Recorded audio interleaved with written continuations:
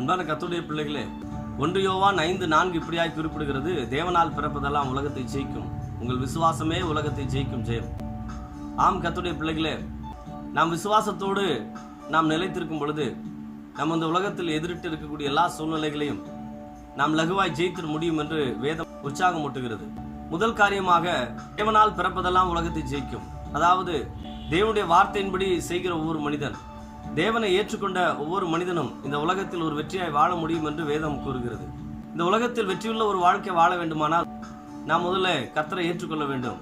கர்த்தராகிய இயேசு கிறிஸ்து எனக்காக சிலுவையிலே பாடுபட்டு மரித்து அடக்கம் பண்ணப்பட்டு 3வது நாள் உயிரோடு எழுந்தார் என்பதை விசுவாசித்து ஏற்றுக்கொள்வதன் மூலம் நாம் அவருடைய பிள்ளைகளாய் மாறுகிறோம். அப்படிப்பட்ட மனிதர் திரும்ப கர்த்தருடைய வார்த்தைகளை கை கொள்ளும் பொழுது, அந்த வார்த்தைகளை விசுவாசிக்கும் பொழுது, அந்த விசுவாசம் இந்த உலகத்தில் இருக்கிற எல்லா காரியத்தையும் ஜெயிப்பதற்கு மிகுந்த பலனுள்ளதா இருக்கும்.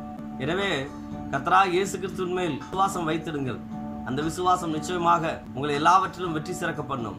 கர்த்தராகிய இயேசு கிறிஸ்து உங்கள் மேல் அன்பாய் இருக்கிறார். God bless you.